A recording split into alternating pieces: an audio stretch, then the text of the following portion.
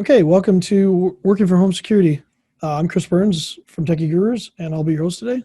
Um, let's go to the logistics a little bit.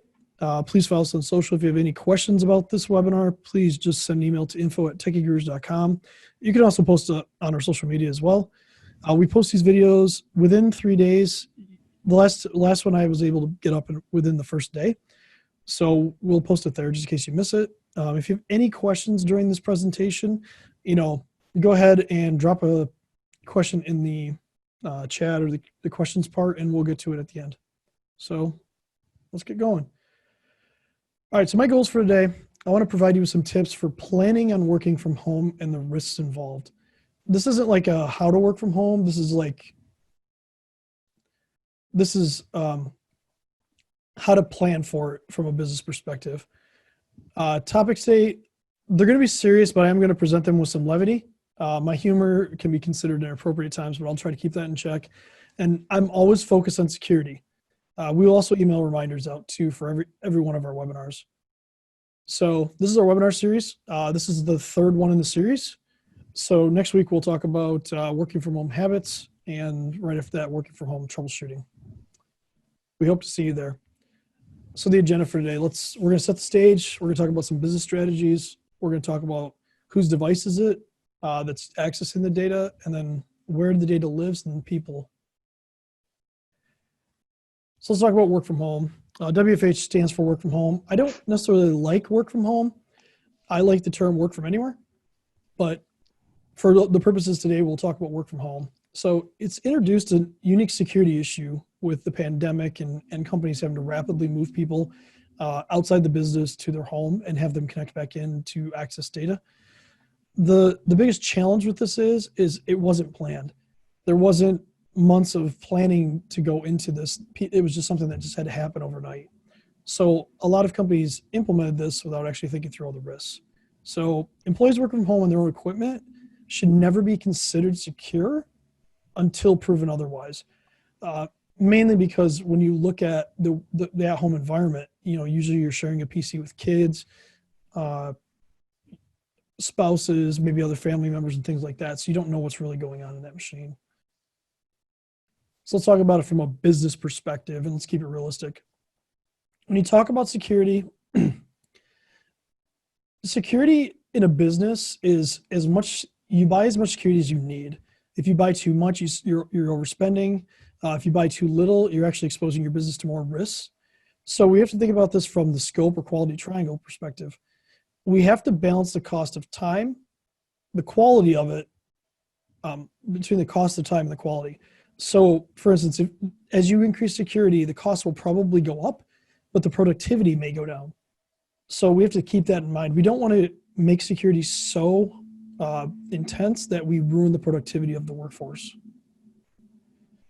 So an exercise here is take security, take costs, take productivity. And on a scale of 100%, put a percentage by each one. So if you think security is 75%, put that. If you think it's 50%, put that. Just don't use 33 and a third. So the exercise here is to determine what's more important to you: security, the cost, or the productivity. And we need to balance that out when we do a solution. So let's talk about setting the stage from an organizational perspective. Organizations need to decide what business functionality is required from the work from home folks. So what that means is, do they need it to be able to do 100% of their job from home? Or do they need to be able to do 75% of their job from home? Or 50%? Most people will say 100%, but reality is some things you can't do from home effectively. A good example would be engineering. Engineering do a lot of designs, and if they don't have a computer that they can take home to actually work on the designs, they really can't work effectively from home. So you're limiting what they can do. You also need to look at redefining your network perimeter. Think about the world, not just your office. So as a business owner, a lot of business owners will work remotely. They'll maybe go on vacation, but they'll still be able to check their email, access applications. The same thing goes for your entire company. We're in a world right now where that's the reality of the situation. Is your office may not be where people are going to work again. And maybe you have a portion of your employees there, but maybe you move them off site. There should be one strategy for accessing data. Too many times we see prospects or customers have multiple ways to access data. That's very hard to track and it's very dangerous. From a security perspective, you want to make sure you can define how people are accessing data so you can actually protect against that. And then IT, whether it's internal or an external provider, so whether you have an IT person, you have an internal IT team, or you're outsourcing your IT to a provider, they need to communicate with management effectively on the vulnerabilities of working from home. And then management has to look at that and accept either the vulnerabilities or the risks or approve costs to reduce those risks or vulnerabilities. So if you look at the picture on the right, what you see is a traditional setup of a network, right? So we have a corporate firewall, we have a server on site, maybe it has your files on it, maybe it's hosting an application. So traditionally what people will do is they'll give their user a VPN, and the VPN, it creates a virtual private network from their home machine all the way through the firewall to the data. Now what you're doing here is you're incurring risk because, again, we talked about it. The home machine has other users on it sharing stuff. We don't know what the security posture is. We don't know if there's even antivirus on it. And you're allowing the person to access corporate data, business data. That's very risky because if there's malware or a virus or maybe they've been hacked, that hacker now has full access into your corporate network, which is something obviously you want to avoid. So that's where we need to think from a business perspective about what risks are we looking at and how can we minimize those risks. So let's talk about this new perimeter. Office space is very expensive. So what this pandemic has brought on is a lot of business owners are rethinking their perimeter. So their perimeter being the office, right? If you can effectively have people work from home, if they can take a voice over IP phone home and do their work, and they can take a corporate computer, maybe a laptop or a desktop, or maybe you're giving them something like a virtual desktop that they can log into and do their work, you don't need to pay for the office space. So that's just more money in the business owner's pocket, or it's more money in the company's pocket to do other things. Maybe increase your security posture, maybe reduce risks, maybe expand. Maybe it's hiring that extra salesperson or something that you need to really take your business to the next level. So then you have to think about, okay, we're going to let people work from home or work from anywhere. Now, how do they do that? You can let them use their own device, which is bring your own device, which we'll talk about a little bit more in a minute. You can give them a laptop or a desktop, or again, you can let them use their home device, but then give them a virtual desktop they can log into. And what I mean by that is it looks just like a Windows 10 machine. They log into it. All the data is secure, either on site at your office or in a data center or in a cloud provider, to where we can protect it. So the data, when it lives close or lives in one area, it's much easier to protect than if it's sprawled out over, a bunch of people's laptops or home desktops, where it gets very dangerous. So then you have to think about, okay, well, how do the users connect to the resources they need? Again, we can go back. It can be a VPN. It can be some sort of remote connection that they use to get into a computer that's inside of your network. It could be, again, a virtual desktop where you're just giving them access. It doesn't matter what device they use, you're protected because the security is in place. And then you really have to think about, do you really need everything on site? Or is transitioning your business more to a software as a service model the best option? As you move into a software as a service model, a good example is QuickBooks. QuickBooks Desktop is great for a lot of companies, but it also presents challenges when trying to work remote. If you can move to QuickBooks Online and all the functionality is there, one, you get a little bit, it costs you a little bit more, but you get backup built into it. You get more security built into it. They're updating it constantly. And plus your users can access it from any browser. So you're making the application work for you instead of you having to work for the application. Now, what is a secure option for the business if you don't have the capital to own your equipment, right? So maybe you don't have enough, because sales are down, you don't have enough money to buy laptops for end users. So what options can you do today to minimize that cost, but also not risk your business from letting people use their home machines? And again, we can go back to virtual desktops. They're actually relatively inexpensive to set up and maintain. They also allow people to use any device and maintain that level of security. So And the last thing you want to think about is, how do I protect my business from a dispersed workforce? So if you have to fire somebody or lay them off, or if they leave and they're never in the office and you're not restricting the data they have, you don't know if they've just stolen data from you. You don't know if they're going to be malicious. You don't know if when they leave, you tell them, hey, you need to delete all the data that you have from us. You don't know if they've actually done it. And there's no way to know that unless you're tracking it properly. So something to think about. So let's go to takeaway 2. This is the standardize the access strategy. So we want to, again, go back to where we want to standardize access. Are your applications going to be on premise? Are they going to be at your office? Are they going to be at a corporate office or a branch office? Are all your documents going to be on site?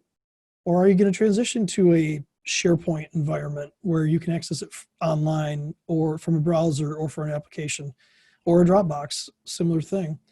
And then, do you want to move your applications into a cloud provider? So do you want to leverage Microsoft Azure or Amazon AWS to host your server in the cloud so you don't have to have things on site and you can give secure access to it? And again, public cloud goes back to software as a service. Do you want to use Office 365 or Salesforce or QuickBooks?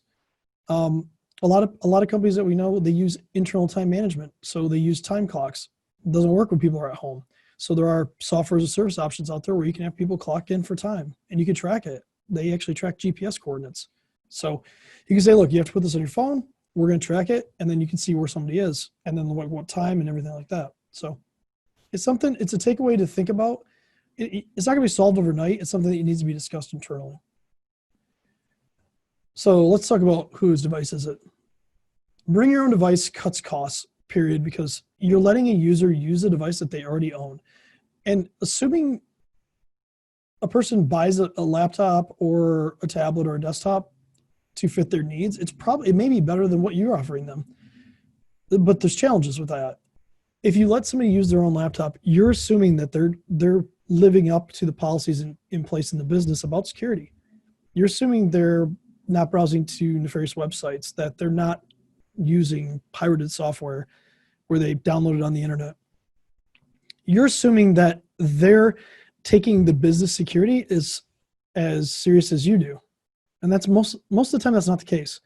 Most of the time, bring your own device is more dangerous because of those factors, because the end user isn't taking, 24 hours a day, isn't thinking about security, and the device isn't managed. So if you let them put their data on there, you're risking your data either being stolen, or maybe if it's a VPN, like I said, maybe they're hacked, they can get into your network. When you weren't actually hacked, the end user was hacked. So you have to verify whether these devices are secure. You have to determine if you're going to support them. So if you're going to support them, that's an additional cost. So at that point, you may be better off actually figuring out how to do like a lease option or some sort of option like that, like a lease to own, where you can actually get the equipment and own it, and then you can let IT control it and deliver it to your end users. So where's my data? This image is good because it kind of displays a more traditional hybrid approach, the way that people do IT today. We use cloud data. Most companies use Office 365, or they use Google, G Suite. They use mobile devices to access email. So whether you're inside the network or not, you're going to have access to email. And then home users, again, are they using a corporate laptop, a business-owned laptop, or are they using a home laptop or something to access it, or a desktop? So this presents that. Now, again, if all the data is on site, it's very easy to back up. If it's dispersed, where you have data on site, so on a corporate server, but then you also have data in Office 365, you have to still maintain a backup of that. You still have to maintain the integrity of that data. So what we have to think about is, okay, what strategy do we have in our business to make sure that that data is always protected, regardless of who's accessing it, but based on where it is? So you have to think about, if we're already mostly in the cloud for data, does it make sense to have on-site data, or does it make sense to move it again to a software as a service option, or do virtual hosted desktops, which allow you to access all of your data remotely, but then put them in one location? So an example would be, we want to get rid of our server today. we bought it 2 years ago or 3 years ago or whatever. It's running slow. We want to make sure we get rid of it. We're going to hire a company or use our current company to put a server in Azure, or we're just going to take our files and say, look, we can migrate to SharePoint. We don't need the server anymore. That's completely an option. And if you do that, now if your email is already in Office 365 and now your files are in Office 365, guess what? You can apply policies to that. You can lock that down. You can also back that data up all from one location. So that's an example of where businesses are moving. So this is how we see a lot of companies set up today, but that doesn't necessarily mean that's where you need to be next year or even at the end of this year. And this is the continuation of that. Data loss prevention, right? What's your strategy for that? What's your strategy for people just downloading data from your company and just quitting? Salespeople are notorious for this. They may take your entire list and they may just take it with you, their entire customer list. Engineers, I've seen engineers try to steal drawings before and designs and take them to competitors. What's your strategy for protecting against that? If you don't have one, it's something you definitely need to talk to somebody about and develop that. And again, if that data is allowed on a home computer, what's to say it's backed up? What's to say it's encrypted? Who's to say it's not going to be stolen? Or again, we can go back to it. If they clicked on the wrong link and now they're hacked and now they have a VPN back into your network, guess what? Somebody else has access into your network. So these are the things you have to think about from a strategic standpoint. There's plenty of technical fixes for this stuff, but you have to think about it from strategy. You have to think about what is going to protect my business and play off of that. So let's talk about the table. So let's talk about takeaway 3 out of this. You need to hold a tabletop meeting internally. You have to look at all of your data, all the critical data in your business. Who owns it? Where is the data? Is it backed up? Can you prove it? Can you monitor access to the data? So by that, can you tell who accessed this PowerPoint presentation on this date, or if they deleted it, or they copied it, or they modified it? Can you, if an employee quits or you need to fire an employee, can you quickly restrict their access? Can you say, without doubt, we're going to fire Joan on Friday. Can you restrict her access so that she can't steal things or delete files? If you can't, that's something you need to talk about. And then how can we make a decision today that will reduce our risk and improve our business in the future? A lot of decisions we're making today are based off of reaction from the pandemic or sales going down. But we have to think from a bigger perspective. We have to think about what's happening next. Again, my example of taking, like if you have a file server on site and your files are accessing that, but you're paying for that server, why? Maybe there's an option to move it to SharePoint. Maybe you cut your costs. Maybe you're already paying for the storage.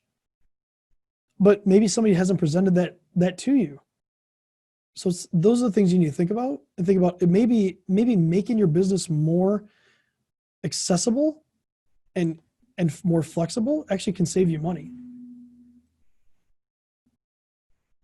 So let's talk about business continuity and disaster recovery for a second. There's no other slides for this. This is a quick takeaway.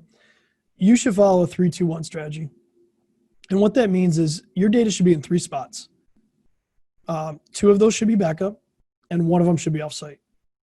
So if you're not doing offsite backup today, that's a problem, because with any kind of disaster, if your on-site server is destroyed, the data is gone. If your data is in Office 365, let's say SharePoint or email, and somebody clicks on a phishing email and they give somebody access to their mailbox. What happens if somebody deletes that mailbox and Microsoft says they can't get the mail back? What's your strategy? Do you need that mail back? Was there important data in there that you needed to recover? If the answer is no, okay, that's fine. But if the answer is yes, you need a strategy for business continuity, and you also need a strategy for disaster recovery. So business continuity being, if with everybody working from home, what happens if our internet goes out the office and all of our files are on our server? Well, the business can't work anymore. So maybe this is time you think about adding a second internet connection to your business. So these are the things that don't really come up until you start looking at it from that perspective. And we have conversations with companies all the time about this. Some of it comes down to money, but some of it comes down to, hey, if you're losing so much per hour, that $100 internet connection to add backup might be worth it to you. So let's talk about your people. The number of scans since this started has increased exponentially. It's ridiculous. Like the number of COVID-19 phishing emails that get sent out to try to trick people into clicking things. There's some new attacks that people are doing where they're giving you a fake website. It looks legit. Let's say an Office 365 login page.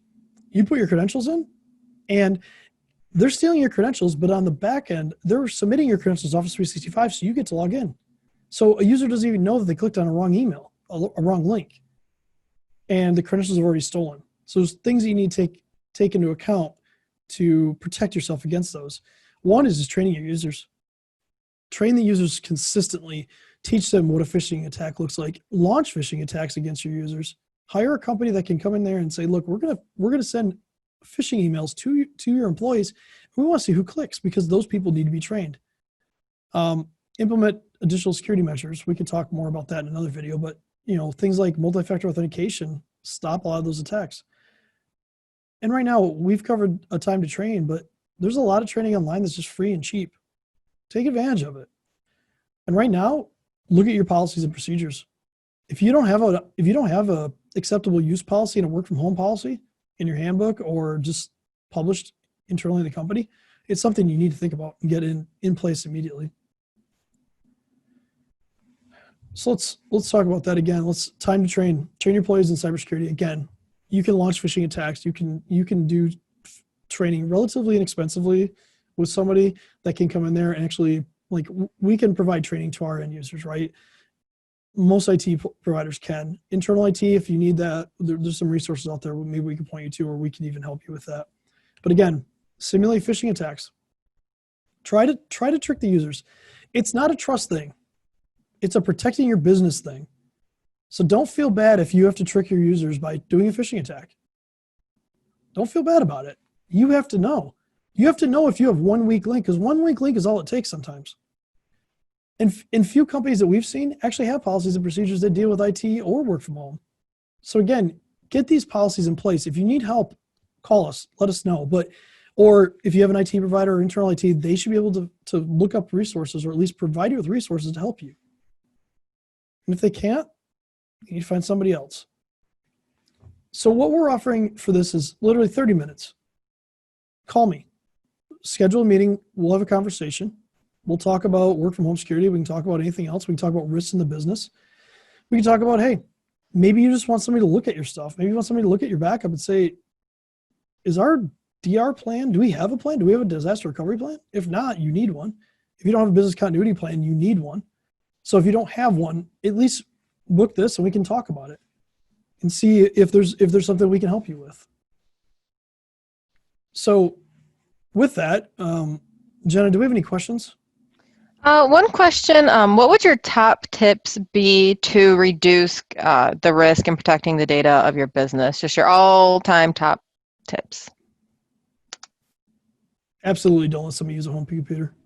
I talk about that. I know in this time it's been kind of tough to do because companies had to adjust so quickly, but absolutely own the computer or do something virtual to where they can remote into it, where we can protect the data or the IT can protect the data, because you just can't control somebody's home machine. There's too many laws against it and things like that. So it's not like you can wipe a computer if they quit. So whatever they have on there, that's gone. As far as firewalls are important, antivirus is important, things like that. With home machines, that's not always the case, especially, you don't really control the device, so you can't really control that. Anything software as a service, multi-factor authentication. So having that second factor. So what I mean by that is once you log in, you're prompted to either get a code via an application or a text message. Text message isn't the greatest thing to do, but it's better than nothing. That helps stop a lot of the attacks for people getting credentials stolen. And then you have to know when somebody's accessing data. You have to have visibility. So you have to know when people are accessing data, but you also have to be able to review logs to see if somebody is trying to submit credentials that maybe they're just trying to hack somebody's account, like Office 365. maybe they're trying to hack into somebody's account. You don't review the logs. Well, maybe they've been trying to attack for 2 months. Eventually, they're going to get in. So not reviewing those logs is actually probably worse than anything. That'd be my tips, but that's a lot of that's tied to like IT, so it's not really tied to the business owner.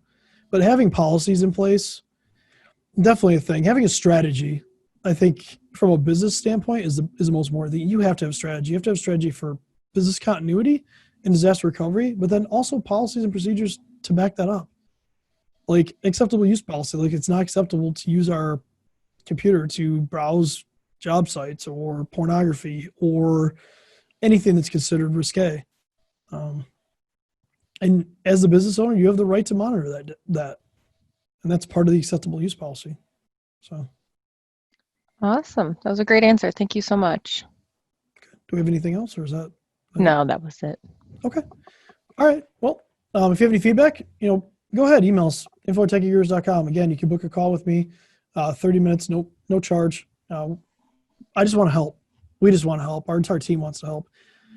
Coming up next week, we'll do some work from home habits. We'll cover just good habits to do from that perspective. And then the following week, we'll cover some work from home troubleshooting.